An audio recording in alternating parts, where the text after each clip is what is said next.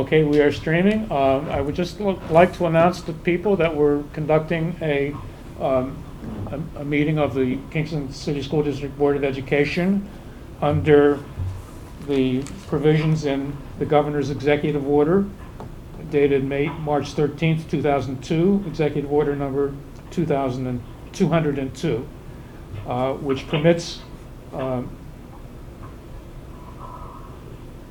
us to meet without permitting in public in-person access and authorizing such meetings to be held remotely by conference call, provided that the public has the ability to view or listen to such proceeding and that such meetings are recorded and later transcribed. And that is happening now. I'd like the clerk to call the roll, please. Reverend Childs. Absent. Dr. Jacobowitz. Dr. Jacobowitz. Here. Ms. Jordan. Here. Mr. Lamb. Mr. Lamb. I said here. No, this is Mr. Lamb. Is he here? Here. Ms. Lau. Here. Mr. Michael. Mr. Michael? Here. Mr. Shaughnessy. Here. Ms. Shear. Mrs. Shear? Here. Mr. Spicer. Mr. Spicer? Here. We're having a good deal of trouble hearing you. Okay, well, we'll try to work that out. Okay, we're going to rise for the Pledge of Allegiance. I pledge allegiance to the flag To the flag of the of the United States of America, and to the republic for which it stands, one nation, under God, indivisible, with liberty and God with liberty and justice for all. Okay, thank you. So I just want to announce to the public that we have two members of the Board of Education in person at the boardroom of the Mahar Administrative Offices, and that's myself, James Shaughnessy, and Board Vice President Priscilla Lau. We have on conference call Mrs. Nora Shear, Dr. Robin Jacobowitz, Mr. James Michael, Mrs. Suzanne Jordan, Mr. Stephen Spicer, and Mr. Herb Lamb. Dr. Padalino, our superintendent, is also in the boardroom, and our board clerk, Camille DePerna. We have we've held our executive session. We have one resolution coming out of executive session, which is BOE 54. Be it resolved that the board hereby appoints Mr. Ronald A. Longo, Esquire, to serve as a special Title VII and Title IX investigator for the district at an hourly rate of $185 and IRS reimbursement for mileage. May I have a motion to move this resolution? So moved. Nora. So moved. Okay, moved by Mrs. Shear and seconded by Mr. Michael. Any discussion? All in favor, please say aye. Aye. Aye. Any objection? Please say no. Okay, hearing no objection, it's unanimously adopted. We don't have public session because we don't have any members of the public here in the boardroom. So we're going to move to the approval of the minutes of March 4th, 2020. May I have a motion to approve? Herb, Mr. Lamb, Suzanne. and Mrs. Jordan, second. Any corrections or comments? Is someone logging in?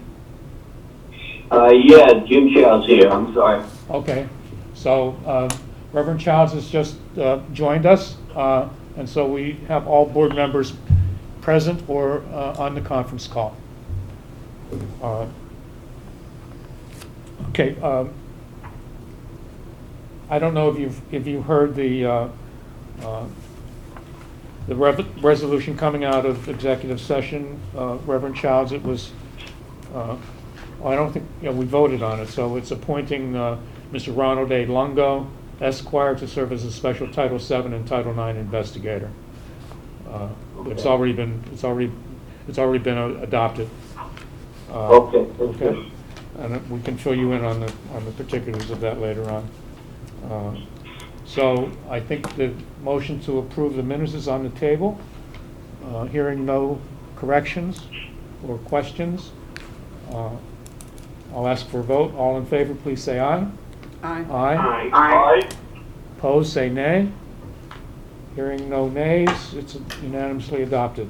We're now going to go to the superintendent report, which will begin with the KHS Second Century Project update from BBL and KSQ. They are not here, but they have provided us with a PowerPoint presentation, which you'll be able to view, I believe, on the feed.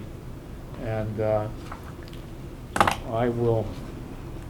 Would you like to read the, Mrs. Seelig? Would you like to read the screens as they come up? I think there's only two that have to be.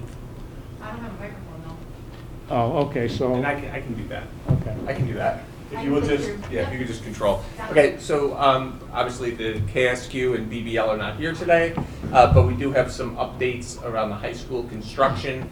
I won't read all of them to you, but we are still working, even during the school closures. Our construction teams are still working, keeping us on schedule. So we have a lot of things have been completed, a lot of the tiling is completed. A lot of our sheetrocking is continuing to go on, as well as our painting. So they're a little bit past the kind of the construction part of this. They're doing a lot of the finishing touches on it, and we've seen some of the work that's been done, and it looks like we're getting ready to roll and move on to our next section of the school building. Scheduling updates. So obviously, auditorium is done. First and second floor East Nurses area is done. Students will be able to use this after we get back from, I won't say spring break because spring break is now, so after we have what would have been our spring break. Still looking at our ground floor, the basement area being done in 2020. Token demolition is going to start pretty soon, and will be completed by the time students come to school in September, I believe. Music wing, spring of 2020, so that's 2021. 2021, I'm sorry, that is in the wrong place. That's right, spring of 2021. And the west, first and second west is also spring 2021, so that's a typo there. Just some pictures, putting in the new lockers, the very much the same lockers as we had before. The nurses area, you can see it's a very large area now, putting in the new flooring there. Tom always likes to show us some doors. Some doors.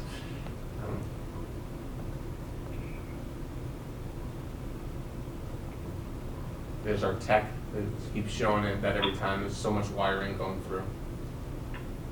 Bathrooms are just about complete.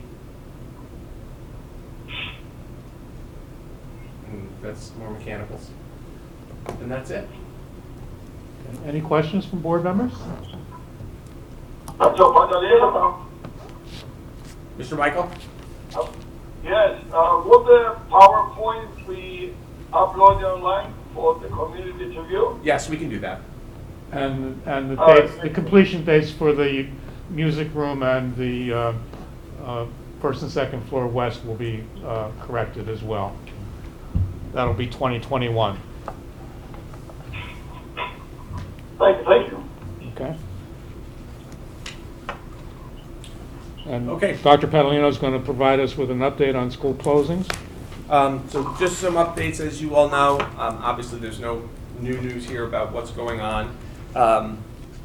We are at this point on spring break, and there'll be a resolution later in the meeting asking you to adjust the calendar to reflect that we are on spring break. We under the executive order from the governor, we are closed. We are basically closed to students until April 2nd. And there's some confusion about that. Some people think we're coming back April 1st, but the executive order says through April 1st. So we are coming back on April 2nd right now. As of right now, and I want to kind of emphasize that because we are, these are uncharted territories here, and we're not really sure what's going to happen in the next few weeks. So, but as of right now, as of what Governor Cuomo's executive order is, we will be back in session on April 2nd. So we will be done with spring break though, midweek next week, at which time we've been working with our teachers and our employees to make sure that we continue to deliver education the best we can, that we continue to operate our business offices as best we can, that we continue to do the things we need to do to be a school district. Also keeping in line with the the executive order by the governor, being conscious of how many people we have in buildings at a time. So the executive order today was no more than 50% of businesses or organizations should be around at one time. So we're working on that whole thing. So there's a lot of complicated stuff going on just to kind of manage our personnel. But I think the most concern, what we really focused on the last few days, and as you also know, Friday at 2 o'clock, the county executive actually closed our schools 3 days prior to the governor's executive order. So we've been closed since we dismissed on Friday. But what we really focused on two things. Those two things were feeding and getting our instructional pieces together. Today was our first day of feeding our students. We opened 2 drive-by curb pickup kind of places where people could walk or drive to pick up lunches and breakfast. One was at Bailey Middle School. One was at JFK Elementary. I think we're going to learn as we're doing this. So we're testing our capacity, we're testing the need, we're testing the demand, I should say, and we're learning things every day. So what we want to do is get it up and running as quickly as possible, and we'll evaluate and adjust as we can. We're already receiving some feedback that we're going to make adjustments tomorrow, and then we'll receive some feedback tomorrow, make adjustments for Friday to make sure that we're reaching everyone who needs to get food. Today we served 153 lunches and breakfasts. What we're doing is we're open from Monday through Friday, 5 days a week. We're open from 11 to 1, and we're giving breakfast and lunch in one bag. So someone comes in at 11, they get breakfast and they get lunch. So there's 2 meals being handed out at that time. So 153 breakfasts, 153 lunches were handed out today. And like I said, we continue to make adjustments. We have popped up tents outside the buildings that we're using from our athletic director, gave them to us so we could use them from the athletic department, and our faculty, or our staff within the food service program they're there. They're doing everything they can to make sure we get students food, and if we have a large numbers, we get them through quickly. So we're moving forward. We're not perfect right now, but we will get as close to perfect as we can in the next few days.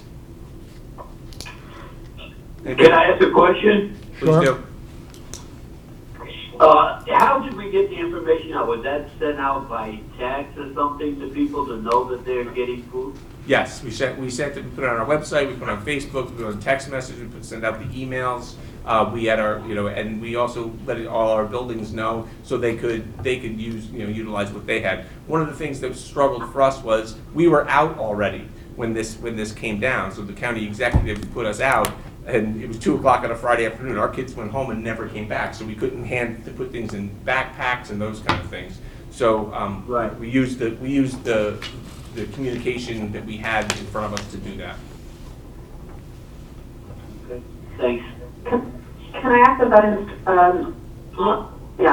instruction? I'll address that and then we'll have questions.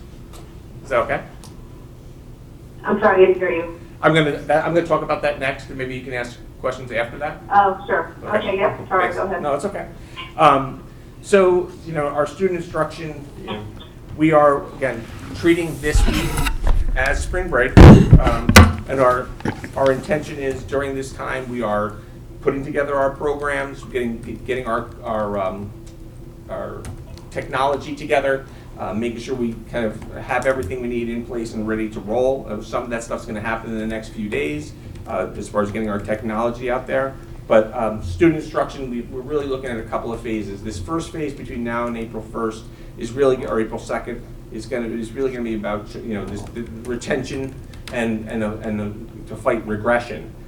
New learning. It's going to take a little more time and a little more time with our teachers when they get back from spring break to really work on how are we going to create new instruction at that point. So right now we're leaning a lot on technology, a lot on programs that we use in school, but we're going to be again mapping more of that out over the next couple of days. We are going to be handing out, like I said, we are going to be handing out Chromebooks. We're pretty much ready to hand them out at the secondary level, and I believe the plan is they'll be handed out Monday. We're kind of rolling forward that way. A lot of it's going to be online instruction, but we're also preparing for paper and pencil packets, especially at the lower grades. Our K through 4 students will be seeing those kind of things. We're continuing to work on this. It's evolving. We're continuing to try to communicate with our faculty, staff, and our parents about how this is going to roll out. This being spring break, bought us a little bit of time, and our teachers that we've been able to communicate with KTF, and they're anxious and chomping at the bit to get going. And I think we'll have some plans in their hands, tomorrow, the next day, and be able to roll that out middle of the week next week when we get back from spring break. Now I'm ready for a question, Dr. Chobowitz. Now for the question. Okay, so I just want to say that this is a Herculean task, and I absolutely appreciate all the work that's going into it, and I also appreciate what you said earlier about the nutrition program, which I'm sure applies to this as well, that we will learn as we go, and we will refine and update and just keep making changes to make sure it can be the best that it can be, and it's just a learning environment for everybody. So I totally appreciate that. So you mentioned Chromebooks. So there's a process of which students can get Chromebooks from the school district? There's going to be, yes. That was kind of finalized, I think, today, and will be communicated over the next couple of days. I know that there was already a plan in place, which I don't have in front of me again because it's still kind of being finalized, to have the Chromebooks distributed at the high school on Monday. But I don't know exactly what their process is yet. But I will know that by tomorrow and communicate it tomorrow or Friday, and I'll communicate it, and we'll communicate it to our students and their families. Okay. And Chromebooks will be available to any grade level, or is there? I'm sure there's a priority. We did, yeah. And in the letter that we put out to the families and I sent to our faculty and staff, we're really looking. We're looking at prioritizing, starting with seniors in high school, students enrolled in Regents courses, then we'll go to students in grade 3 through 8, and then students K through 2. So that's kind of our priority right now, is how we're gonna hand those out. Now, granted, there are probably a lot of our students have their own devices they'll be able to use and get onto what we need. Every one of our students has a Kingston City School District email that they can get in, and they can and a student ID that they can get into our system. So. Again, not every student needs a Chromebook or a laptop, but the ones who do, we're going to do everything we can to get them in their hands. Okay.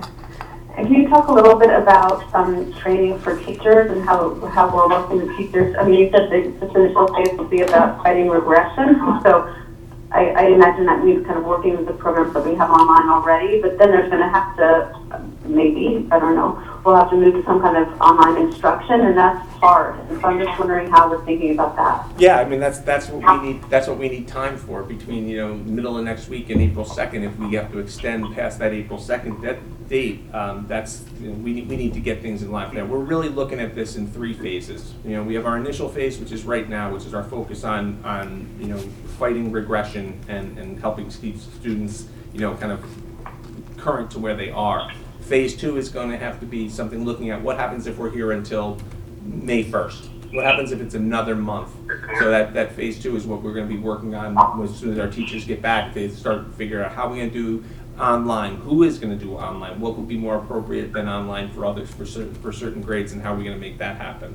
So, and then we have another stage of what if it goes beyond that May 1st date? I mean, we're trying to look at what is happening, what we think is going to happen, and then what is a possibility could happen. So we want to be prepared for all three of those things. Okay.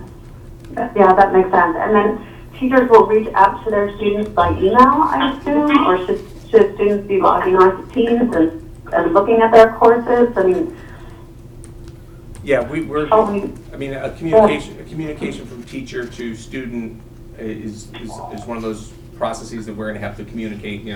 We have the ability to do it.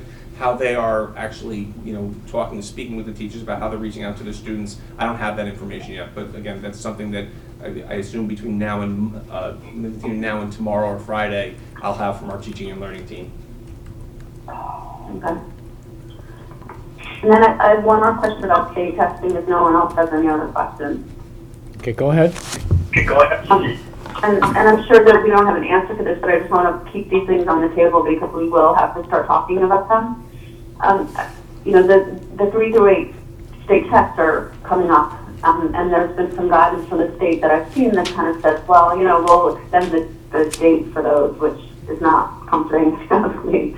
So I'm just kind of wondering if you're hearing anything about the possibilities, what possibility might be out there around the state test. I mean, I'm also ultimately thinking about the regents, but let's just start with 3-8 for now. Yeah, we have, what I know right now, as far as they've opened the window for makeups, which means, they just extended the testing period so we can give them later. But we've had no guidance from the state education department at this point, whether they're going to change the test, cancel the test, apply for a waiver from FRESA to not give the test. We have no information on that. And we have no information on the Regents exams at this point either. Okay, thank you. I mean, I just have to say for the record that if we're out for a certain period of time, and then I really do not think that 3 through 8 testing should be the priority once we return. But I know that's out of our hands, and so that's another issue. This is Suzanne Jordan. I just want to reiterate what Dr. Jacobowitz just said. I think that we need to direct the state. We need to make our voices heard, that at this point, state testing 3 through 8 is a very low priority. And I think they could save a lot of money in the state by just using the tests that they had prepared for this year for next year. It just seems ridiculous that we would put any energy into that at all at this point, looking at the dynamics that we're facing. So I would almost like to propose that we, as a board, send a resolution to state ed requesting that the state tests 3 through 8 this year be canceled and that the tests that were prepared for this year be used next year. Okay, are you putting that in the form of a motion? Nora here, I agree. Okay, so we have a This motion. is Steve Spicer, I agree as well. We have a motion. Do we have a second? I will move that then. Okay. I'll second. Okay, and now it's open for discussion. It's ridiculous to waste time on giving state tests when we need the time to teach our children. And they're out of school right now, getting different kind of instruction. Therefore, we should move ahead with a resolution not to give these tests, or the state not give them. Okay. And the state, in addition to the fact that it really holds no credibility this year, I think that it's really important that we're always asked, how can we save money? Well, this is how we can save money this year. The tests have been prepared, they've been paid for, they're all set to go, they just have the wrong year on them. That's all they have to do, and it's all set for next year, and state ed can save all that money and time. Dr. Catalino, this is Dr. Hill again. Would there need to be some kind of federal waiver in order for the state to say that we're not going to test? Aren't the tests a federal requirement? Yes, they are a federal requirement. I mean, that's the kind of the sticking point right now. So it's a matter of the state filing for a waiver too. And there has been discussion that that's a possibility. I'm not among state people to my knowledge. I mean, we've been talking about it, among superintendents. But yeah, it's part of ESSA. The state testing is part of ESSA and required under ESSA, and that's where it is. So the state would have to get some sort of permission or some sort of waiver from the federal government in order to Right. eliminate those tests this year. Okay, so the letter will, Can I just ask? It's at the federal level too. I just said maybe our advocacy should focus at the federal level as well. Yes. I was just going to suggest that we amend the motion to be sent to the federal level as well. Or we should just call the question and then have a separate motion to advocate on the federal level for the waiver. Maybe Okay. that's more specific. so and- who made and the, more clear. second? Nora May. Second. Nora made the second. So Nora, do you have any objection to amending the resolution? Not at all. Okay, so that's the resolution we're considering now on the floor. We'll send our petition to both the State Education Department and the United States Department of Education, appropriate channels, and copy our legislators and Congress people. Sounds good. I have a question I from. just have a question about something Jim, else. it's Herb. And in doing this, some of the states probably are not even going back into school, so they're not going to be giving the test anyways.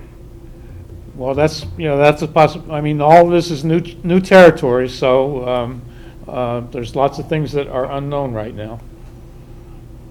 Mrs. Lau, you had a question? I just had a comment about the Chromebooks. In Kingston, I know that the Spectrum is There's giving, a motion on the floor. Okay, we'll I go, thought they already did that. no, we haven't voted yet. Oh, okay, go ahead. Go ahead. Okay, any other comments or discussion on the motion to petition the State Education Department and the U.S. Department of Education? May I have a roll call on the vote?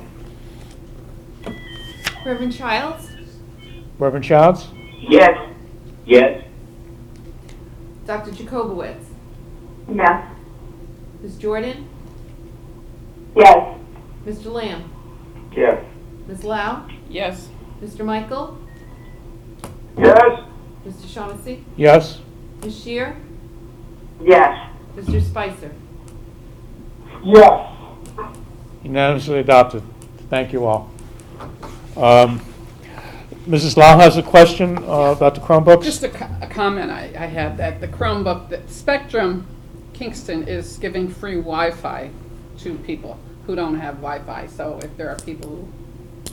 Yeah, I was going to mention that. So Spectrum has announced that nationwide, wherever they are in operation, that they will provide free Wi-Fi access to any school student who doesn't have it, and the installation will be free as well. And I don't know exactly how that's going to be rolled out, but I'll ask that we get that information and we'll put it on our website, and maybe we can send out a text message when that information is available. And our hope is that we have that by Monday when we're handing out laptops, and we can stick that right on top. As people get their Chromebooks, right on top, they get that information. They can go home if they don't have access, they can call right away and get that process going. And if they really do it, Wonderful. we'll have a resolution next meeting to send them a thank you letter.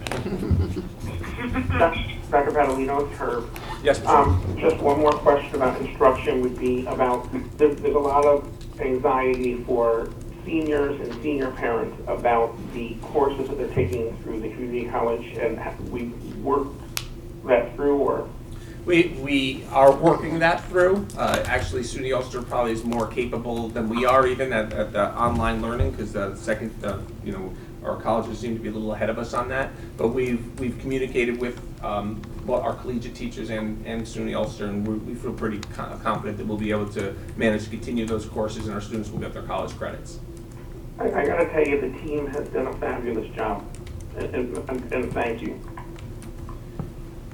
I think that there's been, again, Mr. Shawnee said this is new territory. It's definitely new territory. We're kind of building a whole new way that we educate almost 7,000 students in only a few days. And our teaching and learning department has done an incredible job working very hard to make that happen. And our faculty and staff too. I speak to the president of the Kingston Teachers Federation every day. And we talk about what we can do, and the teachers are standing there, like I said, shoulder to shoulder with us, moving forward to try to make sure that we do everything we can for our kids. So it's been great to see how many people have stepped up, and our community partners are stepping up too. I get more emails every day asking to help. What can people do to help? So I think it's been a good community effort. And again, I'm gonna say like the same thing around the food. There's gonna be bumps, and we're gonna make mistakes, and there's gonna be some potholes. It's gonna happen, but we're gonna work through that. We're gonna learn from it, and we'll fix them. Dr. Padalino told me that when he was in grad school, they didn't offer a class on how to deal with pandemics. They will now. But he'll be qualified to teach it when they put it on the agenda. Are there any other questions for Dr. Padalino as part of the superintendent's report? I just have one comment. I have found the emails going home and the postings to be very, very helpful. And I hope that we'll continue to do those, particularly the one that really just laid out, here's the stuff on school nutrition, here's the issue about spring break, here's the instruction. They were really well done and very informative, and I know people are just really eager for that kind of information, so I hope we'll keep those coming on a regular basis. They've been very helpful. Yeah, we will, and we're trying to be very direct in how we communicate with people, and Ms. Schufelt and Ms. Siri have been great, available to me 24/7 whenever I need them to help me write something up and get it out. So we've been, but I think those are that's the kind of communication we're going to continue to do.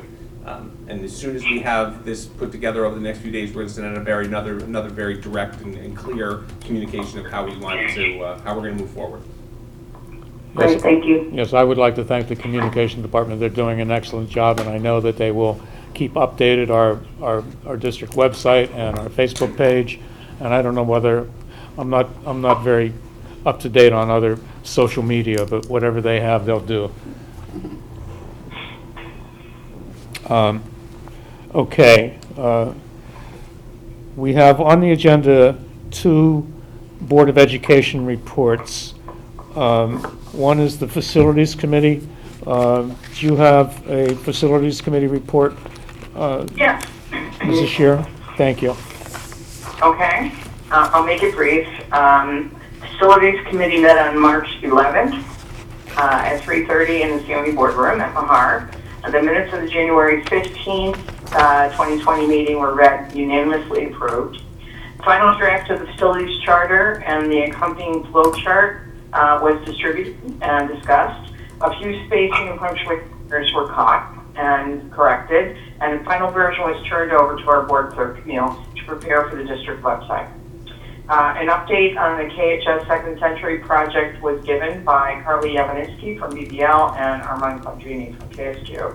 The work continues at a brisk pace, and the east wing of the main plus the nurses' renovated space in the downstairs hallway will be turned over to the district the first week of April. All 3 remaining bridges will have both the windows and lighting in place.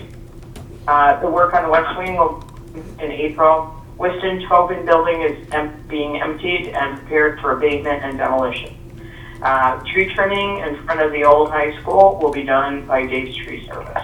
An update was given on the summer work. The JFK elevator installation will commence in the summer after, who knows, I guess it's all subject to change, after school ends. The Miller Auditorium work should start in May and be turned over to the district at Christmas time. Also on the docket for summer work, the field at Miller and the parking lot. Tom Pepper reported that potholes and parking lots throughout the district will be addressed April through August.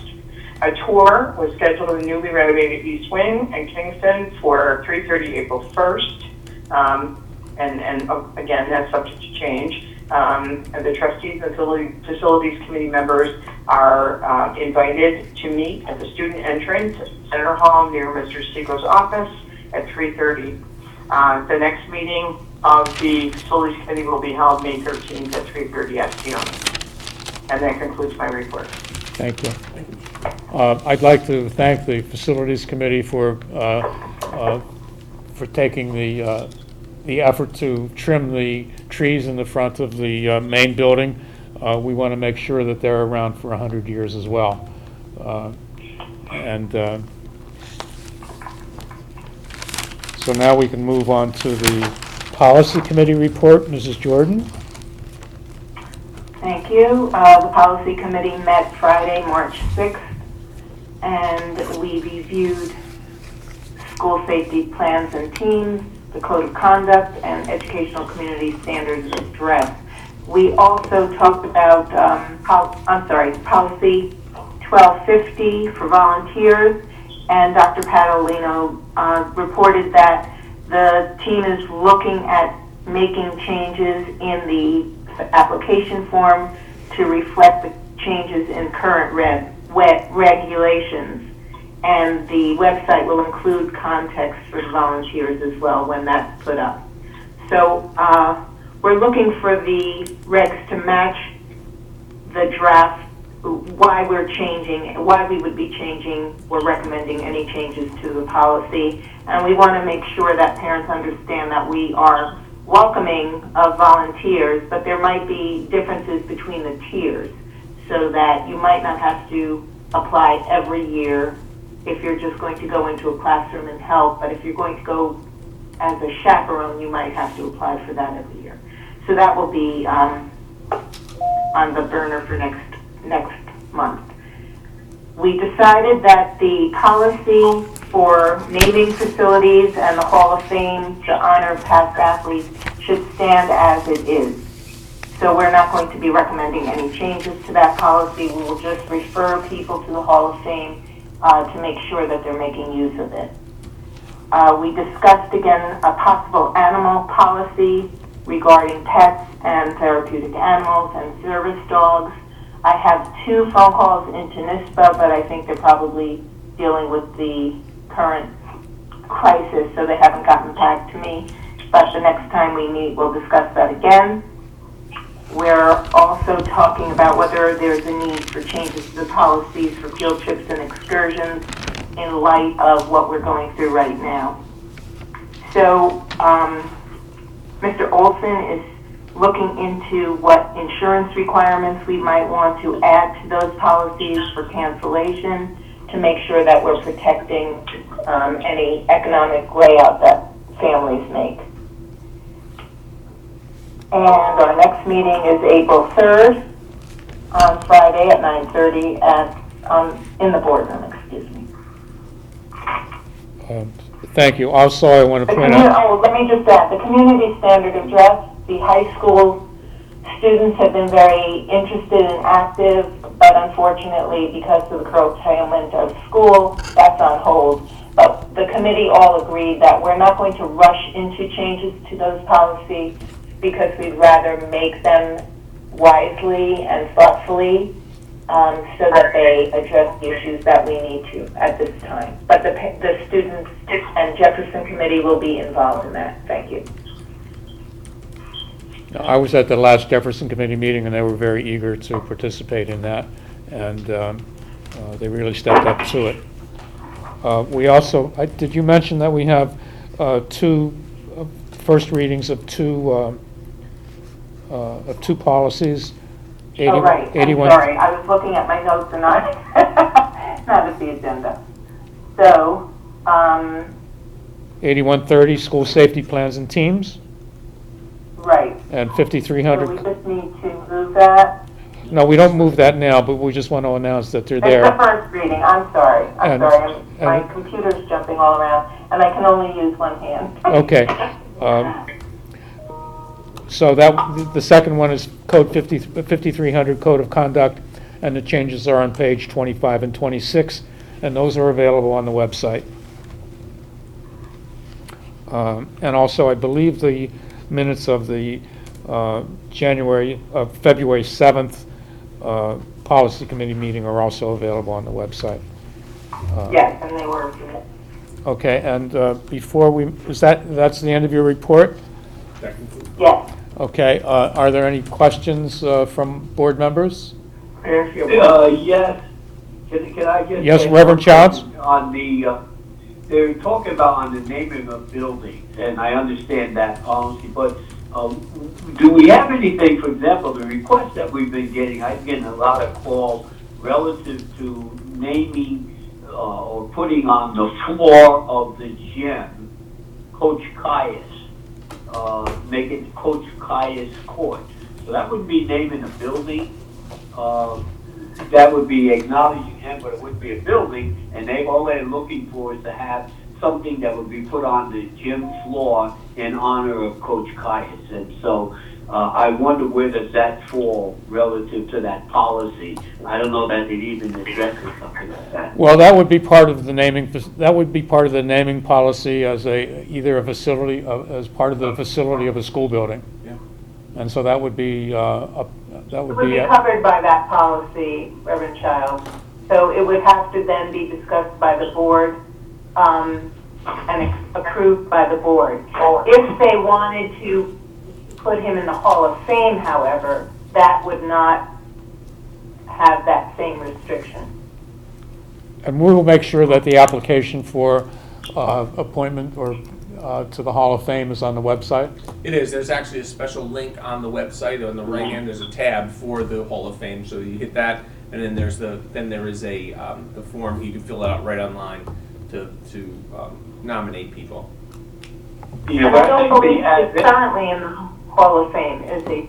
Well, I think one of the things. I don't think so.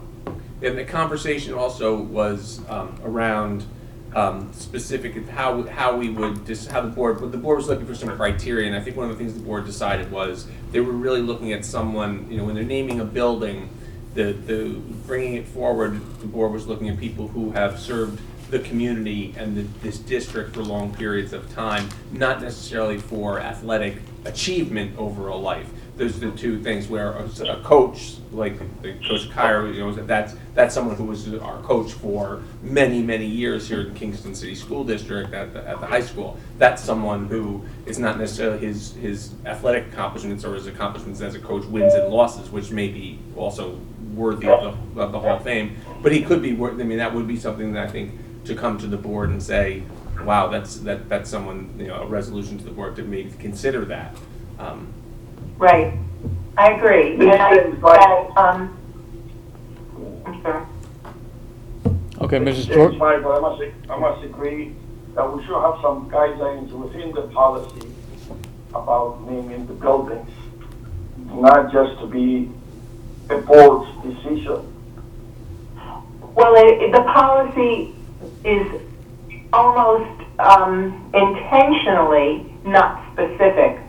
And there was a lot of discussion at the policy committee meeting regarding this because it was felt after the discussion that we don't want to put so many details in it that any board in the future couldn't look at any recommendation and on the merits of that particular recommendation vote yay or nay. So the policy as it stands would allow for the board to be petitioned to do such a thing as name the court, and the policy committee or the board will have a discussion as to whether or not that would be appropriate, as Dr. Padalino said, because that person was a long-standing member of the staff or administration or teaching staff. So I think that this policy allows for that, and I think if we get very specific, the consensus was that that was not going to improve the policy. Yes. So I will bring, because like I said, I've gotten a lot of calls, and I'm biased to Coach Caius, who's one of my coaches, and I'm biased. He's a great person. So I'm going to bring then, perhaps our next board meeting or whatever, that we should consider that. It wasn't like they wanted a fake thing done. They really just wanted his name on the floor of the court that would say Coach Caius Court. And Reverend Charles, I think that would be most appropriate, and I think perhaps you could put it on the agenda for our next meeting. Okay. Sounds good. It's Herb here. You stated the date of our next scheduled meetings. Now, these committees are open meetings, so are we planning on doing them the same way? Are we planning on having them somewhere because there's fewer people on the committees? I'm sorry, this is, the policy I think committee, we'll have to see what the status is of our school at that time, but I do think we have enough room in that boardroom because it's a smaller group that we could spread out. okay. Thank you. Any other questions for Mrs. Jordan? Before we move on to the consent agenda, I'd just like to ask if Mrs. Jordan would like to draft a letter to the State Education Department and Department of Education on the resolution, the petition that we just passed a resolution on a few minutes ago. I would be happy to. And then I'll distribute it so everybody can add their thoughts. Okay, thank you. The next item on the agenda is our consent agenda. Are there any resolutions that any board member would like to have pulled from the consent agenda?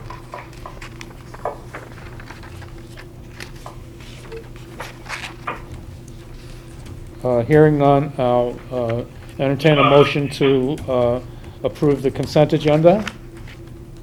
Motion. So moved. Second. Second. Okay, so Reverend Childs and Mrs. Jordan. Reverend Childs, No, that motion? wasn't me. Oh, no? It was Mrs. Nora. Shearer. Oh, Sorry, oh, I should really identify myself. Okay, so Nora, you're second? Or you're? Yes. Okay, so Reverend Childs made the motion, seconded by Mrs. Shear and Mrs. Lau, I guess, also. So I have a question. Okay, so the consent agenda is on the floor. Are there any questions? Mrs. Lau? I have a question on B55. Maybe Dr. Federlino, you can explain this to me. Okay, your question is? I don't know, is this it's the BOCES? Yes, that's our installment purchase agreement we do every year. Okay, wasn't So- sure. so- It's a large amount. Yeah, it's a huge amount, and it's about what we do every year. Okay, I wasn't sure if it was, but we do it this time? Yeah, we usually do because it has to be in by a certain time for them, they have their budget for them to do the ordering and get it for us by August, so we can put our stuff together there. So yeah, that's a very typical purchase from BOCES. Very high. For our, yeah, it's $500,000, and that's pretty standard. Now, it has gone up? Was that? Has it gone up? Like It goes up, 100,000? yeah, sure. I mean, as we continue to advance it, it goes up, but it's, basically we buy it at a purchase, it's an installment purchase, we pay a certain amount, we get it when it's done, we get a low interest rate out of it. It's one of the best deals we can possibly get for technology. Okay, I just wanted to check, just double checking on that. No, it's a lot of money, right? It is, thank you. Okay, so we have some donations to acknowledge. We haven't taken a vote yet. Jim. Oh, okay, I'm sorry. Any other questions about the consent agenda? All in favor, please say aye. Aye. Aye. Aye. Opposed, say nay. Any abstention? So it's unanimously adopted. So, Mr. Lamb, we have several donations to announce. Yeah. Two of them from last week, and I noticed that I left off from the list I gave you, D33 and D34 and D35. I didn't do a very good job on that. So there are three more donations in addition to the list that I gave you. All right, the first donation is a generous donation. We gratefully accept a generous donation from Joseph and Barbara Felice of $500 to reduce student lunch debt at E.R. Crosby Elementary School. We gratefully accept a grant for the Miller Middle School from Community Foundations of the Hudson Valley in the amount of $3,700. We gratefully accept a grant from the Community Foundations of the Hudson Valley for J. Watson Bailey Middle School of $1,025. We gratefully accept donation for the Kingston High School robotics team from First Robotics Team for $500. We gratefully accept a grant for Kingston High School from Connect Kids Field Trips in the sum of $540. Which I'm reading. Got it. We gratefully accept Robert Graves a grant from Connect Kids Field Trips in the sum of $663 from the Connect Kids. Sorry. We gratefully accept Robert Graves Elementary School. That's the same. Excuse me. We accept for Miller Middle School from this said it changed. Is this from the craft fair? Yes, sorry. The MC Miller Craft Fair donation towards the middle school robotics team. In the it doesn't say. And then we accept the donation for the E.C. Meyer Elementary School of $145 from the PTA. Okay, thank you very much, Mr. Lamb. We have old business. Is there any old business? There's nothing on the agenda for old business. I don't know if anyone recalls any old business to bring up.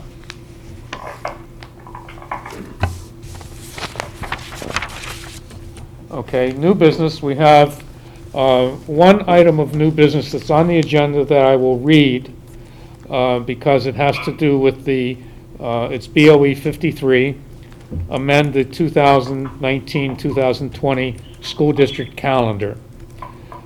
Whereas the governor of the state of New York has declared a state of emergency pertaining to the COVID-19 pandemic, and whereas there has been a declaration of both a statewide and local state of emergency, necessitating school closings for a period of weeks, as determined by both the governor of New York State and the county executive, respectively, and whereas in order to preserve the maximum state aid in accordance with Education Law, Chapter 3604, and Executive Orders 202.2 and 202.4, school districts must exhaust any available time, including snow days and vacation days.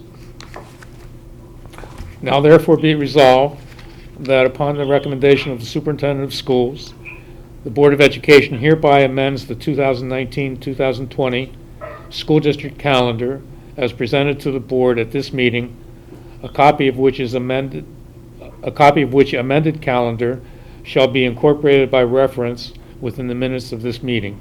May I have a motion for that resolution? So moved. Nora. Mrs. Scheer, a second? Yes. Second. Who was the first one to second? Just take a guess. Mrs. Lau? Okay. So I just want to explain, we don't have a document of the calendar ready for distribution yet. No. But it will be on the website. And I just want to explain it. We have to do this in order to be eligible for complete state aid if we don't make 180 days. So the new calendar will notate March 13th, Friday, March 13th, and Monday, March 16th as snow days. It will also designate the 6 days between Tuesday, March 17th and Tuesday, March 24th as spring break. Are there any other questions or comments about this resolution? Is that the only changes? Well, I'm not making that change. I'm just, it was moved in second, and I just wanted to make that explanation of those are the changes to the calendar that will be reflected in when it's posted. If there's no further discussion, I'd like to have a roll call. Reverend Childs. Yes. Dr. Jacobowitz. Dr. Jacobowitz? Yes. Sorry, it's hard to hear you. No. Sorry. Miss Jordan. Yes. Mr. Lamb. Yeah. Miss Lau. Yes. Mr. Michael. Yes. Mr. Shaughnessy. Yes. Miss Shear. Yes. Mr. Spicer. Yes. Okay, that was unanimously adopted.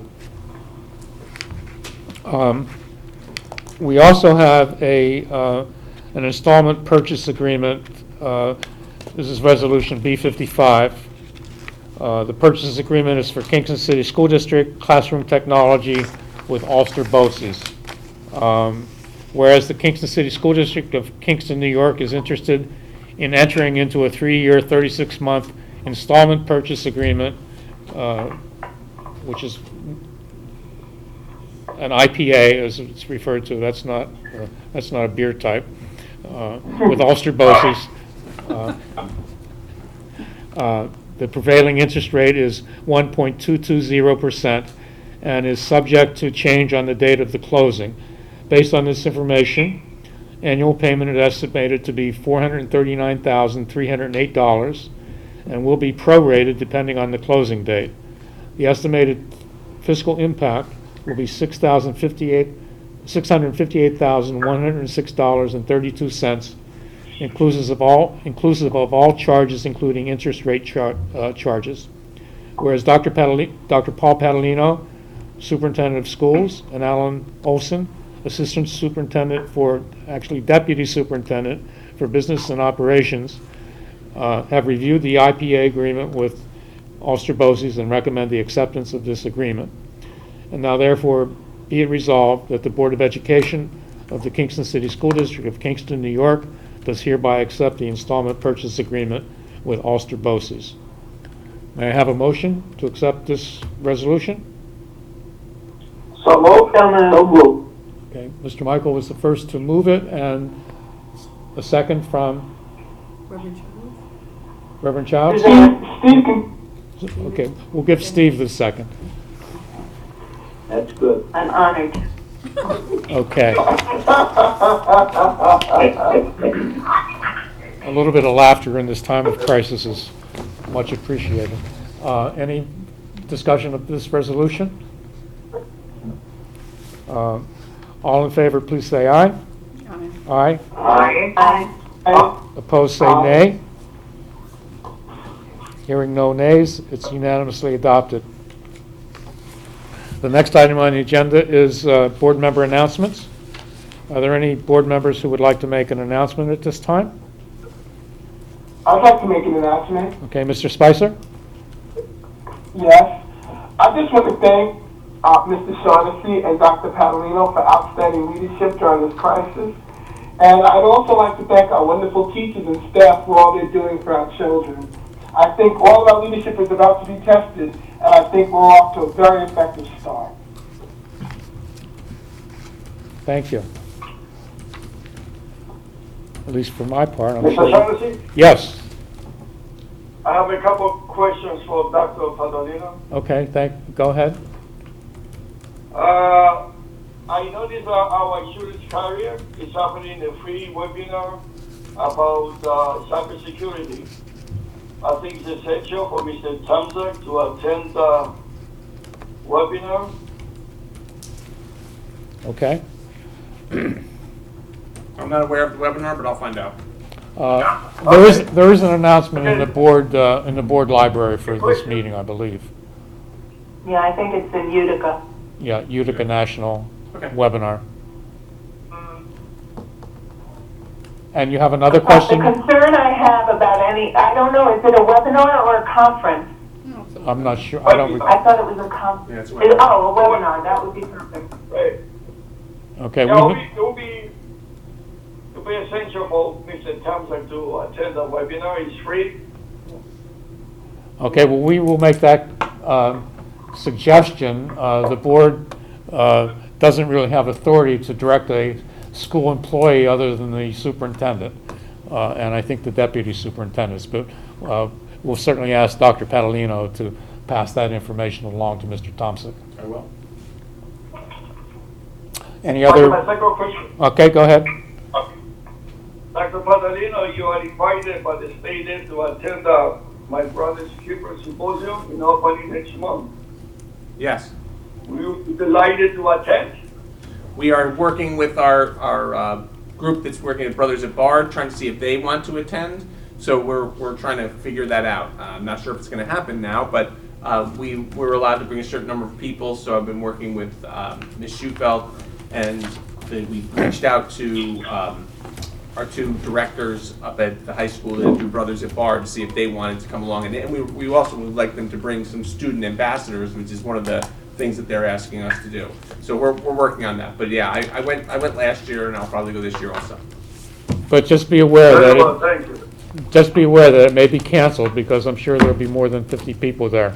And so that may be subject to the to the emergency orders concerning the size of gatherings. Yeah, I'll double check and see if that's been postponed or canceled, and I'll let everyone know. Yeah, that'll be on April 23rd, so we're still like 4 weeks away. Okay, that'll be all. Thank you. Okay, any other board member announcements? It's Herb. First of all, I'd like to thank People's Place for getting meals out to our families and students, and all the teachers that have been volunteering to be there and making sure those meals go out. Teachers and administrators, I should say. So I'm very proud of the work that and the coming together that staff has done. Okay. I think I would ask, I don't know, is that on our, anything about People's Place, is that on our website? Yes, sir, it is. So it'll be maintained on the website, and any changes will be on the website. So we certainly appreciate the efforts of the other community organizations that are participating in feeding our children during this crisis. And we have a list of them up right now, who the organizations that are also feeding students other than us, and we'll continue to add to those as people let us know, as we find out or people tell us. Okay, I would like to thank the IT department, Mr. Thompson and Josh and Ms. Siri too, for their efforts in enabling this remote access board meeting. I think that it's turned out, from my perspective, it's gone reasonably smoothly. I hope the public appreciates our effort to display a continuity of operation on the part of the school board, and certainly we know that the district administration and teachers and staff are making every effort to advance the interests of our students during this really particularly tough time. So, and I know they'll continue that. So thank you, Dr. Padalino, and the rest of the staff and the faculty. We don't, if there's no other announcements, we don't have any reason for public participation, because the boardroom is empty of public. And there's no need for a second executive session. So I will ask for a motion to adjourn. So moved. Nora. Second. Mr. Michael seconds. All in favor, please say aye. Aye. Aye. Aye. Opposed, say nay.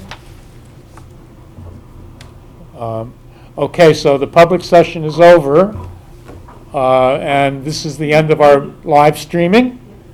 So we could leave this